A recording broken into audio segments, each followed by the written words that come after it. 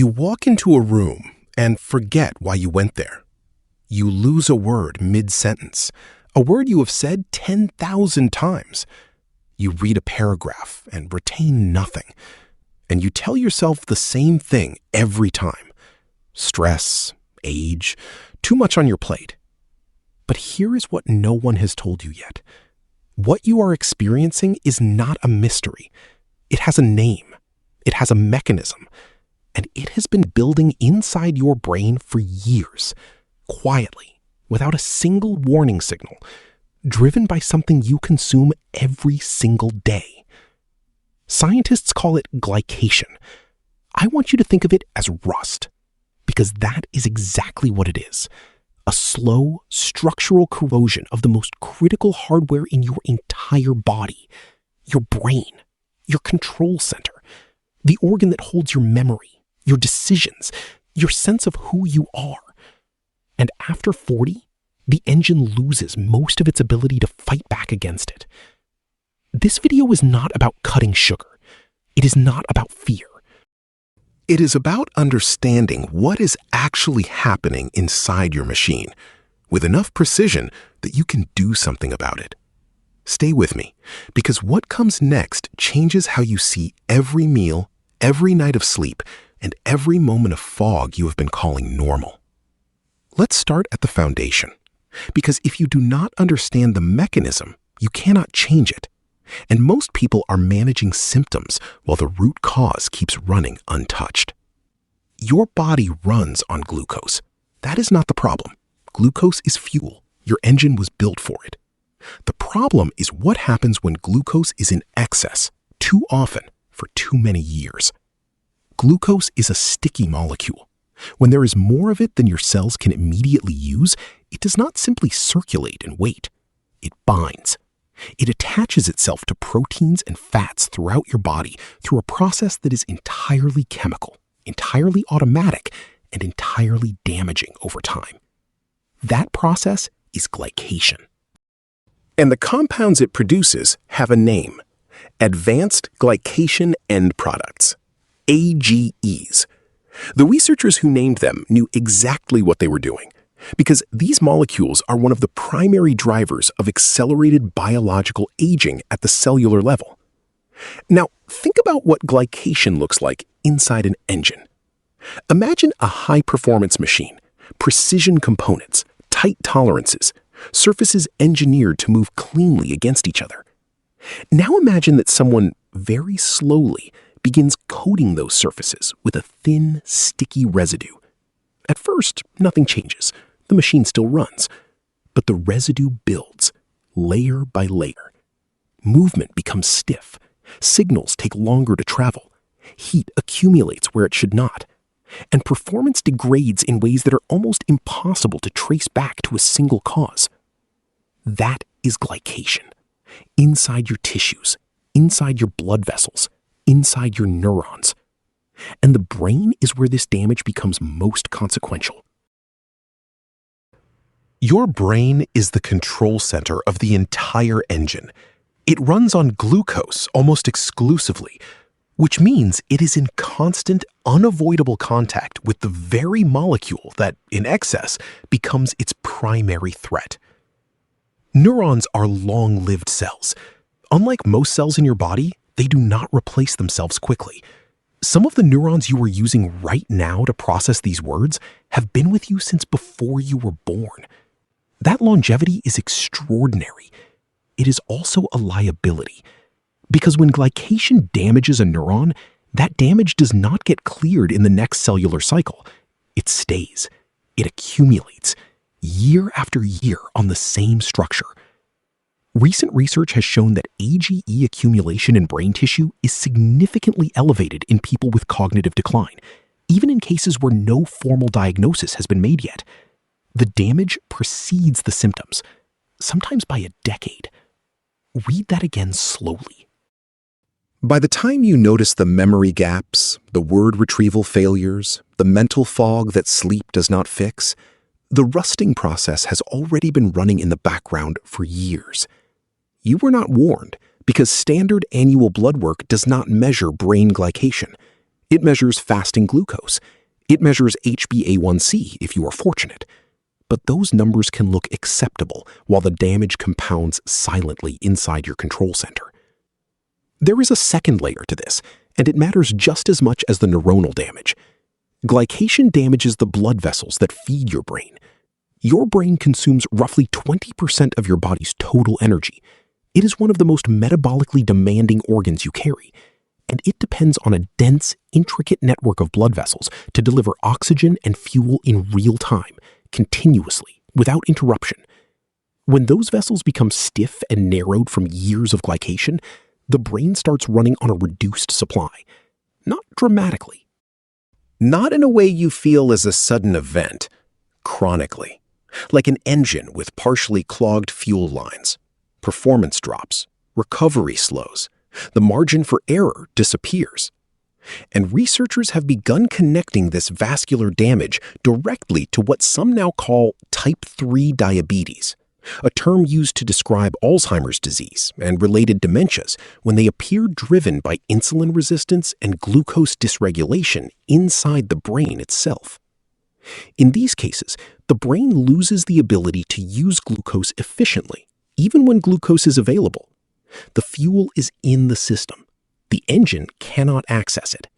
The fuel system fails the control center. After 40, every part of this mechanism accelerates. Insulin sensitivity naturally declines. The ability to clear glucose from the bloodstream after a meal slows down. The window of elevated blood sugar after eating becomes wider. The exposure time increases. And the brain, already carrying years of accumulated glycation, has less resilience to absorb more. This is not personal failure. This is engineering reality. The machine changes after 40. The tolerances shift. The maintenance requirements are different. And most people are still running the same protocol they used at 32. Most people, when they learn that sugar damages the brain, immediately focus on what they are eating. They read labels, they cut the obvious things, soda, candy, dessert. They feel like they are doing something meaningful, and sometimes they are. But most of the time, they are addressing the surface, while the deeper pattern keeps running untouched. Because the research is clear on something that changes the entire equation. It is not only what you eat, it is the pattern, the timing, the sequence, the metabolic context in which glucose enters your bloodstream. These variables determine how much glycation damage accumulates over time, often more than any single food choice. Let me explain what that actually means. Your body has a glucose management system. Think of it as a fuel regulation unit. You eat, glucose enters the blood, the pancreas releases insulin. Insulin signals your cells to absorb and use that glucose. Blood sugar rises, peaks, and comes back down within a reasonable window. That is the system functioning correctly. Now, there is a number most people never think about. It is called the postprandial glucose spike, the peak your blood sugar reaches in the 1 to 2 hours after a meal. This number matters enormously because glycation damage is not proportional to your average blood sugar level. It is disproportionately driven by how high glucose spikes and how long it stays elevated before coming back down. Think of it in engine terms. It is not the cruising temperature that destroys a component. It is the repeated overheating. Short, sharp spikes of excessive heat, over and over, that degrade the materials far faster than sustained moderate temperature ever would. The same physics apply to your fuel system. 2 people can eat the same total amount of carbohydrate in a day and have similar average glucose readings. But if one of them eats in patterns that create sharp, repeated spikes, and the other eats in ways that smooth the delivery, their glycation burden is not the same, not even close. The first person's control center is rusting at a different rate. Recent continuous glucose monitoring studies, conducted on metabolically healthy adults without diabetes, found something that should be required reading for every person over 40. A significant percentage of people who consider themselves healthy with normal fasting glucose, who have never been flagged by any standard test, are experiencing multiple significant postprandial spikes every single day. They had no idea, because no one was measuring the spikes. Only the fasting baseline. It is like checking oil pressure once a year and concluding the engine is fine. Now, here is where the pattern becomes more critical after 40. Before 40, many people have enough metabolic flexibility to recover from a spike relatively quickly. The fuel regulation unit responds efficiently. Glucose is absorbed, the system resets, life continues. After 40, that recovery window extends. The system becomes less responsive. Glucose stays elevated longer after each meal, which means the brain is bathing in a higher glucose environment for longer periods throughout the day. Even if the meals have not changed at all, you did not eat differently. The machine changed.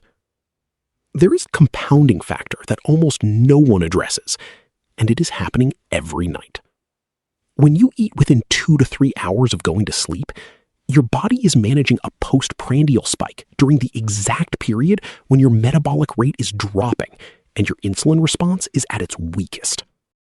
The glucose lingers. The spike is blunted but prolonged, and this happens during the window when your brain is supposed to be running its overnight maintenance cycle. Sleep is when your glymphatic system activates. This is a waste clearance network inside the brain, confirmed by research only in the last decade, that literally flushes metabolic debris, including early age accumulations and damaged proteins, out of brain tissue during deep sleep. It is the overnight repair protocol for your control center. When blood sugar is elevated during sleep, that maintenance cycle is disrupted. The repair does not run cleanly, the debris accumulates. Night after night, the backlog builds. This is why eating late is not a calorie issue, it is a brain maintenance issue. And after 40, with a slower metabolic recovery already in play, the compounding effect of that disruption is faster and deeper than most people realize. One more pattern worth naming: carbohydrates eaten in isolation. Bread alone. Fruit alone. Rice alone. Without protein, fat, or fiber to slow the absorption rate, glucose enters the system without a buffer. The spike is steep and fast. The glycation event is significant. But here is something the research showed that is both simple and underused. The sequence of what you eat within a single meal changes your postprandial glucose response by a measurable amount.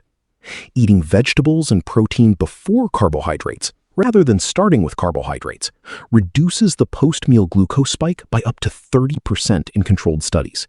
Same food, different order, different glycation burden on your brain. Over 10 years, that difference is not small. That is a structural change to how much rust accumulates inside your control center. The brain is not a uniform structure. It does not degrade evenly, like a battery losing charge at the same rate across all cells. It is a collection of highly specialized regions, each with distinct functions, distinct metabolic demands, and critically, distinct vulnerabilities to the rusting process. Understanding which regions are hit first changes everything about how you interpret what you are already experiencing. Because the symptoms you have been calling stress or distraction or just getting older are not random. They are a map. A specific, readable map of where the glycation damage is forming inside your control center. Start with the hippocampus. The hippocampus is the brain's primary memory consolidation center. It is where new experiences are encoded into short-term memory and where those short-term memories are converted into long-term storage. It is small, it is deeply embedded, and it is extraordinarily metabolically active, consuming glucose at a disproportionately high rate relative to its size.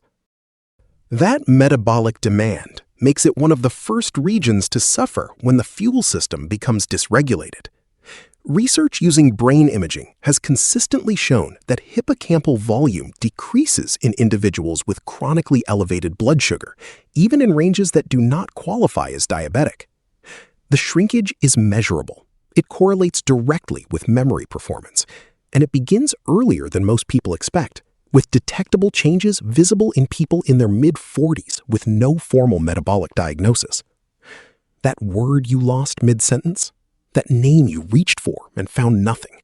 That moment you stood in a room completely blank, unable to remember why you went there? That is hippocampal territory. That is the rust in a specific location with a specific cause. Now move to the prefrontal cortex. This is the executive control center of the brain. The region responsible for planning, decision-making, working memory, impulse regulation, and the ability to hold multiple pieces of information in mind simultaneously while you use them.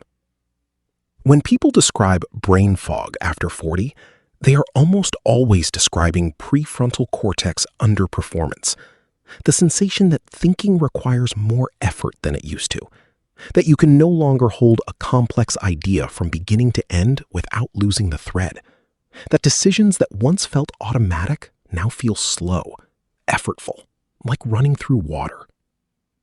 Glycation damages the prefrontal cortex through two mechanisms operating simultaneously: direct neuronal damage from AGE accumulation, and vascular compromise, the gradual stiffening and narrowing of the small blood vessels that supply this region with oxygen and glucose in real time.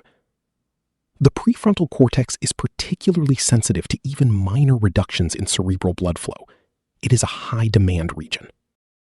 When the fuel lines are partially clogged, this is one of the first places the supply shortage becomes functionally visible. Recent neuroimaging studies have shown that individuals with elevated postprandial glucose spikes, even without fasting glucose abnormalities, show measurably reduced blood flow to prefrontal regions during cognitive tasks. The control center is running on reduced supply precisely when you need it most. Now, there is a third region that rarely gets discussed in this context: the amygdala. The amygdala processes threat, fear, and emotional regulation. It is deeply connected to both the hippocampus and the prefrontal cortex, and it is part of the same network that glycation progressively disrupts. When this region becomes dysregulated, something shifts that most people do not connect to blood sugar at all. Anxiety that arrives without a clear source. Emotional reactivity that feels harder to manage than it used to. A shorter fuse. A lower threshold for overwhelm. A sense that things that used to feel manageable now require significantly more effort to hold steady. This is not a personality shift. This is a hardware signal. The control center is running hot and under-resourced, and the amygdala, sitting at the intersection of memory, emotion, and threat detection, is showing you the strain. There is one more layer that needs to be named here, because it connects all three regions. Chronic elevated blood sugar drives systemic inflammation. That inflammation crosses the blood-brain barrier, and inside the brain, it activates a specific type of immune cell called microglia. Microglia are the brain's maintenance crew. In a healthy system, they clear debris, manage repairs, and protect neurons. But when chronically activated by inflammatory signals driven in significant part by glycation and insulin dysregulation, they shift into a destructive mode. They begin to damage the very neurons they were designed to protect. This process is called neuroinflammation, and it is now understood to be a central mechanism in multiple forms of cognitive decline. The rust does not just coat the components, it triggers the maintenance crew to malfunction. After 40, this cascade becomes harder to interrupt. The inflammatory baseline is already higher. The brain's resilience is already lower. Each glycation event, each postprandial spike, each disrupted night of sleep adds pressure to a system with progressively less capacity to self-correct. Here is what this means in practical terms.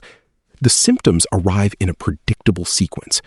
First, subtle memory retrieval delays, then working memory fatigue, then emotional regulation changes, then the deeper fog where complex thinking feels genuinely effortful. Most people experience these stages over years, attributing each one to something else, never connecting them to a single underlying mechanism that has been running since their early 40s. But they are connected. They are the same rust, spreading through the same control center, following a pattern that is neither random nor, and this word matters, inevitable. Everything we have covered so far becomes significantly more complex after 40 because of one variable that most people never factor into the equation: the firmware.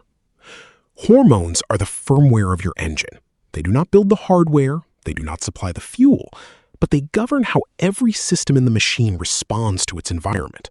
They set the sensitivity thresholds, they regulate the repair cycles, they determine how much damage the system can absorb before it begins to show. And after 40, that firmware changes. Not all at once, not dramatically in most cases, but persistently, in ways that directly alter how vulnerable your brain is to the rusting we have been describing. And most people never connect the two. Let's start with estrogen. Because the conversation about estrogen and the brain is one of the most consequential and most underrepresented in all of medicine. Most people think of estrogen as a reproductive hormone, something that governs cycles and fertility and the mechanics of the female body. That framing misses almost everything that matters for brain health. Estrogen is a primary neuroprotective agent. It regulates glucose metabolism inside neurons. It supports the integrity of the blood-brain barrier, the selective filter that controls what enters the brain from the bloodstream. It modulates neuroinflammation. It promotes the formation and maintenance of synaptic connections. It enhances the brain's ability to use glucose efficiently, which means it directly counteracts, at multiple levels, the core mechanisms of glycation damage. When estrogen levels begin to decline in perimenopause, typically starting in the early to mid-40s, the brain loses a significant layer of its metabolic protection. Neurons become less efficient at using glucose. The inflammatory threshold drops. The blood-brain barrier becomes more permeable. The glymphatic system, the overnight repair protocol, becomes less effective. And this does not happen at menopause.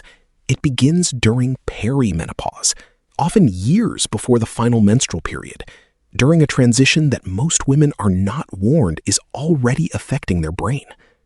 This is why so many women in their early to mid-40s describe a cognitive shift that feels sudden and disorienting. The word retrieval failures, the memory gaps, the fog that arrives seemingly from nowhere and does not respond to more sleep or less stress. It is not psychological. It is not anxiety inventing symptoms. It is the control center losing its primary neuroprotective firmware at the exact same moment that the rusting process is accelerating with age. Research published in recent years has confirmed that the perimenopausal transition represents a period of heightened brain metabolic vulnerability. Women who enter this transition with already elevated postprandial glucose patterns experience significantly faster cognitive changes than those who enter it with stable metabolic function. The firmware decline amplifies the fuel system damage, and the fuel system damage compounds in the absence of the firmware protection. They are not two separate problems. They are one system, degrading on two fronts simultaneously. Now let's look at testosterone, because this is not a story that belongs only to women. Men experience a gradual decline in testosterone beginning in the mid-30s, roughly 1 to 2% per year. By the mid-40s, many men are operating at levels significantly below their peak, often without formal recognition, because the decline is slow enough to normalize. Slow enough to attribute to stress, or workload, or just getting older. Testosterone plays a direct role in insulin sensitivity. Higher testosterone correlates with better glucose clearance, more efficient fuel regulation, and lower systemic inflammation. As testosterone declines, insulin sensitivity decreases. The postprandial spikes widen. The metabolic recovery window extends. The glycation burden increases. But testosterone also has direct effects inside the brain. It supports myelin integrity, the protective sheath around nerve fibers that determines how fast and cleanly electrical signals travel through neural tissue. It modulates dopamine and serotonin pathways that govern motivation, focus, and emotional stability. It plays a role in maintaining cerebral blood flow. When men in their 40s describe a cognitive shift, a reduction in processing speed, difficulty sustaining focus on complex tasks, a mental flatness that was not there before. They are often describing the intersection of declining testosterone and accumulating glycation damage. Two mechanisms, running simultaneously, each one making the other worse.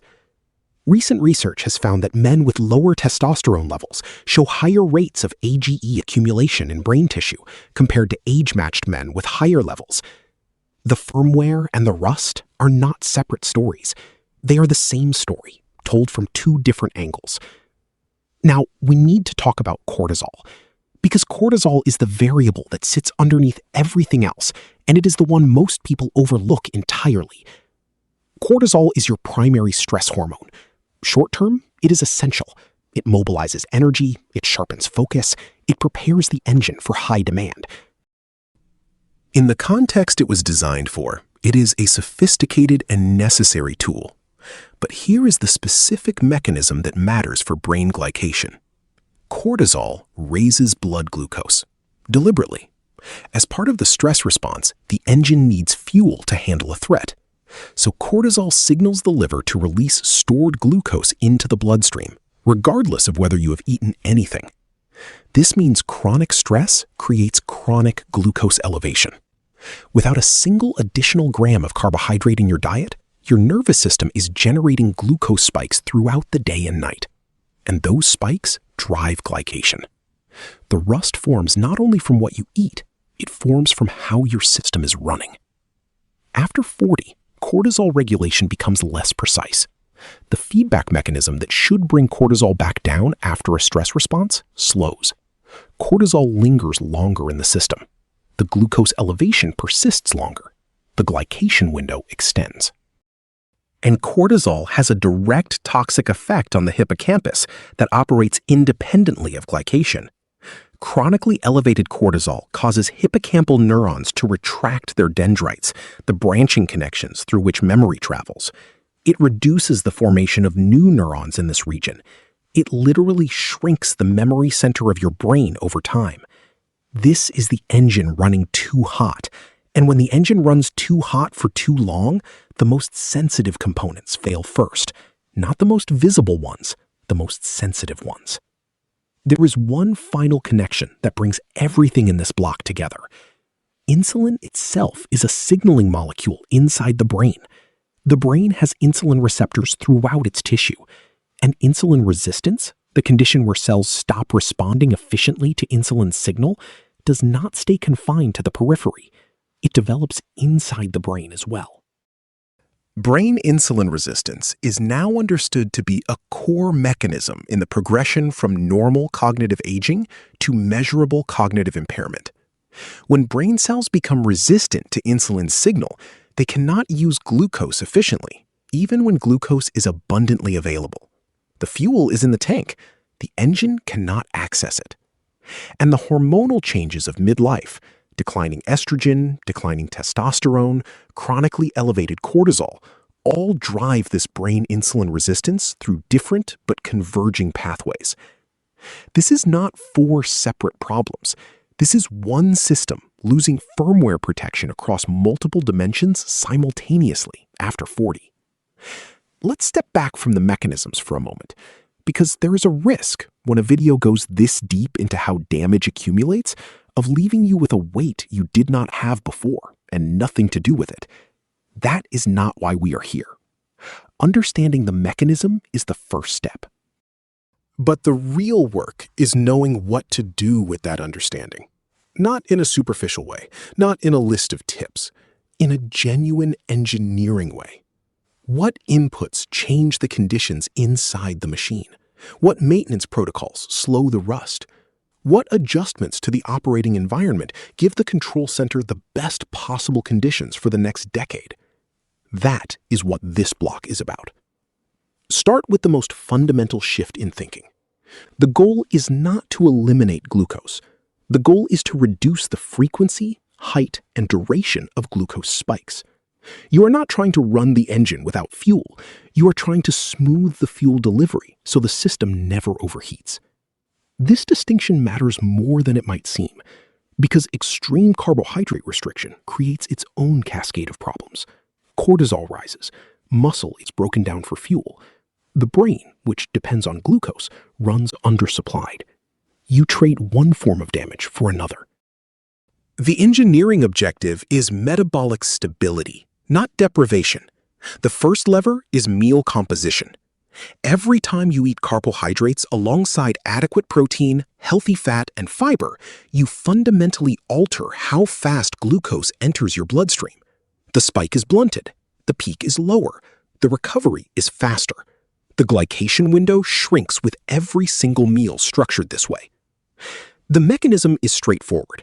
Protein and fat slow gastric emptying, the rate at which food moves from your stomach into your small intestine, where absorption happens.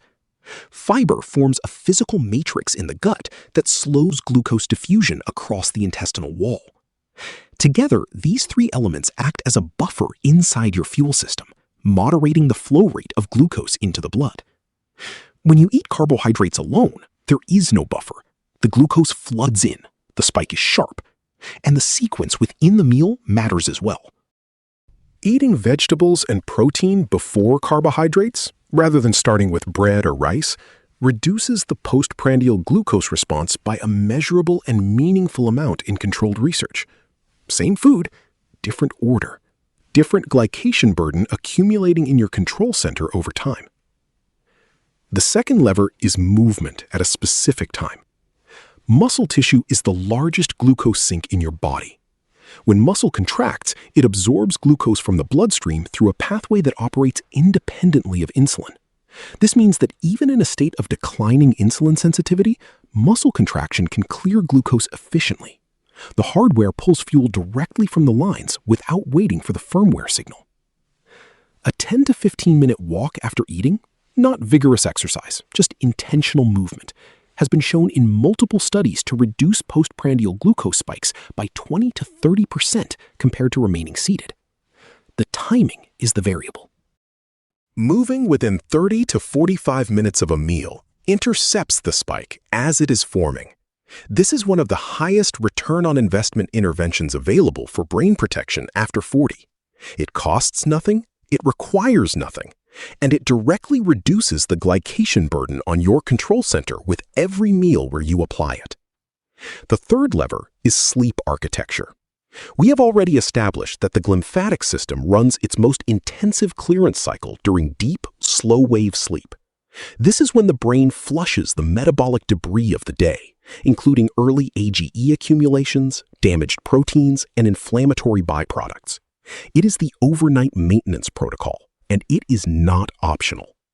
After 40, slow-wave sleep naturally decreases as a percentage of total sleep time. The maintenance window is already shorter. Anything that further compresses it, elevated blood sugar at night, alcohol, even in moderate amounts, late eating, inconsistent sleep timing, chronic stress, compounds the deficit. Protecting sleep architecture after 40 is not about sleeping more hours. It is about protecting the quality and depth of the hours you already have. Consistent sleep timing, a cool sleep environment, no alcohol within 3 hours of sleep, no food within 2 to 3 hours of sleep. These are not wellness suggestions. They are maintenance protocols for your brain's primary repair cycle. The fourth lever is the inflammatory environment. Glycation drives inflammation. Inflammation accelerates glycation. They do not operate in a linear sequence. They operate in a feedback loop, each one amplifying the other, which means that anything you do to reduce your systemic inflammatory baseline also reduces the rate at which glycation damage accumulates in your brain. The most powerful dietary inputs for reducing neuroinflammation are well established. Omega-3 fatty acids, particularly DHA, are incorporated directly into neuronal membranes and have measurable anti-inflammatory effects in brain tissue. Polyphenols, found in deeply colored vegetables, berries, extra virgin olive oil, and green tea, activate cellular pathways that counteract AGE formation and reduce the overactivation of the brain's immune response. These are not additions on top of a poor metabolic foundation. They are structural inputs that change the chemical environment in which the rusting process operates. The fifth lever is data.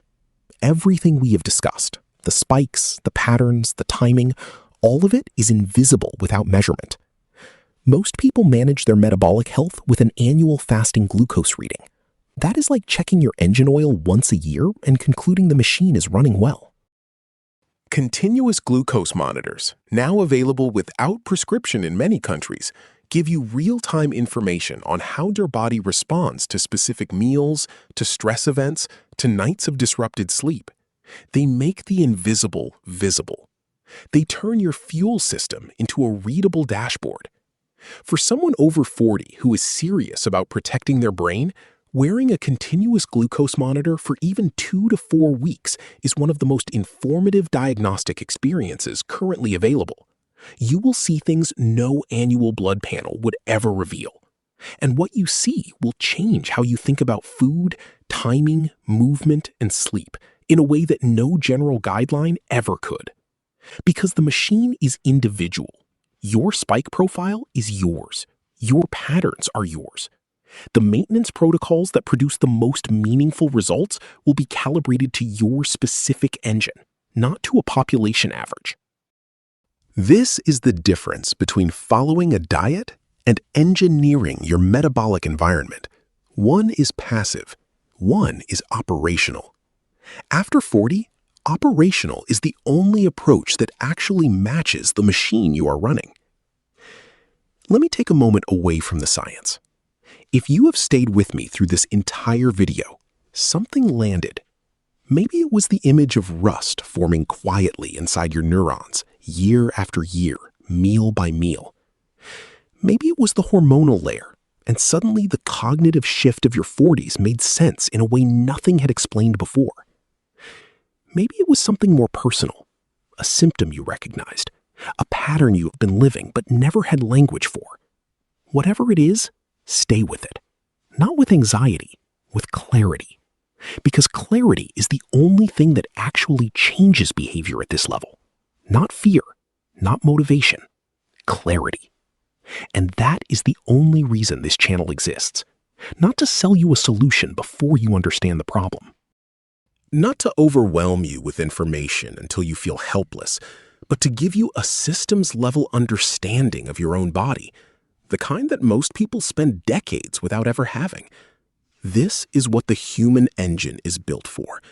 It is a channel for men and women over 40 who are done being told that what they are experiencing is simply aging, who want to understand the actual mechanisms, who are willing to look at their body as a high-performance machine that requires different maintenance after 40.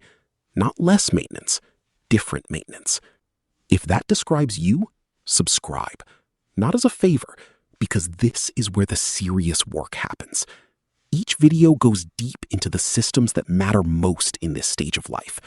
Metabolism, sleep architecture, hormonal firmware, cardiovascular resilience, brain health. Each one examined the same way we examined today's material, with honesty, with science, and without shortcuts.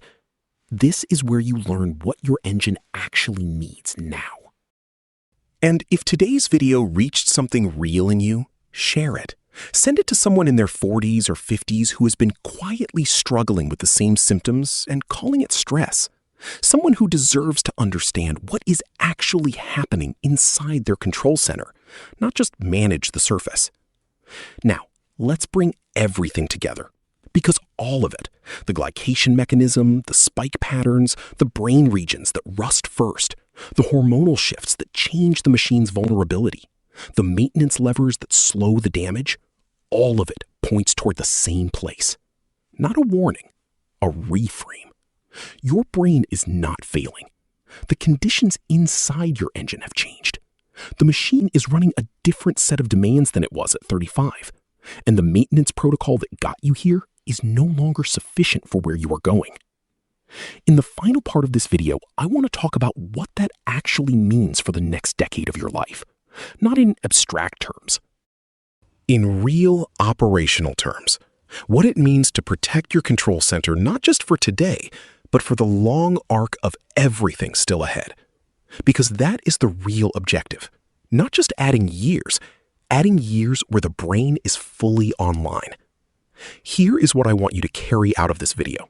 Not a checklist, not a protocol to start Monday, a shift in how you see what is happening inside you. For most people over 40, the internal story goes something like this. Things are slipping. The sharpness is not what it was. The memory is less reliable. The fog comes more often. And somewhere underneath all of it, a quiet, persistent fear that this is the beginning of a long decline, that the best years of the control center are already behind them. That story is not just inaccurate, it is operationally dangerous, because it leads to a kind of passive acceptance of a trajectory that is not fixed, a slow resignation to conditions that are, in significant measure, changeable. The truth is more precise than that story, and more demanding. Your brain is not declining because it is broken. It is operating inside a metabolic environment that has been slowly accumulating damage for years. Glycation building on neurons that have carried your memories, your decisions, your sense of self for decades. Vascular stiffening, narrowing the fuel lines to the most energy-demanding organ in your body. Hormonal changes, removing layers of neuroprotection you never noticed until they were gone. An inflammatory environment that your brain is working harder and harder to manage with progressively fewer resources. This is not failure. This is a machine that has been running without the right maintenance for the conditions it is now operating in. And that distinction between a broken engine and an engine that needs different maintenance is the most important thing I can leave you with today. You were not given a broken engine. You were given an engine that no one fully explained. One that runs for decades on a certain kind of fuel, inside a certain hormonal environment, within a certain metabolic tolerance. And then somewhere in the middle of your life, quietly, without announcement, the requirements change. The fuel system needs smoother delivery. The firmware needs attention.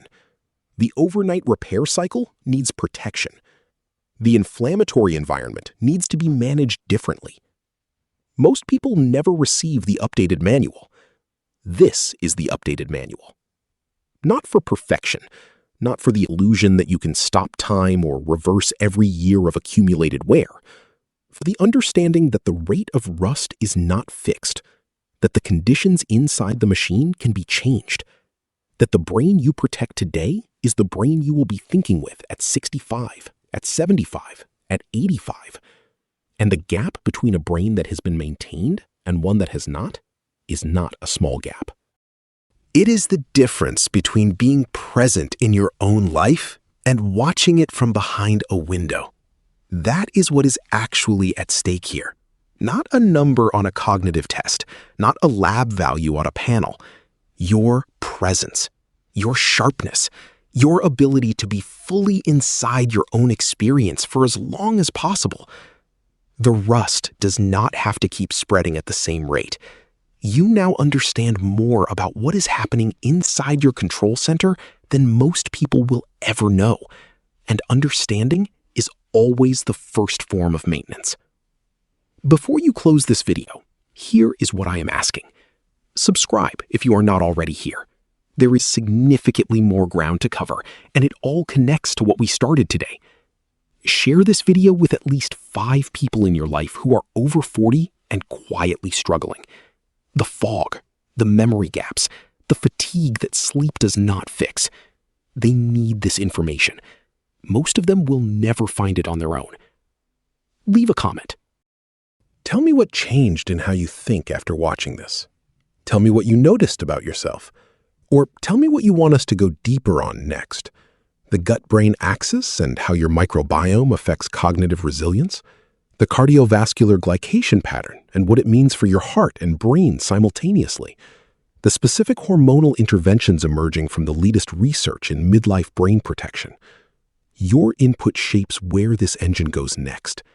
The control center is worth protecting. It always was. You just have a clearer picture now of exactly what that means. Until next time, keep optimizing.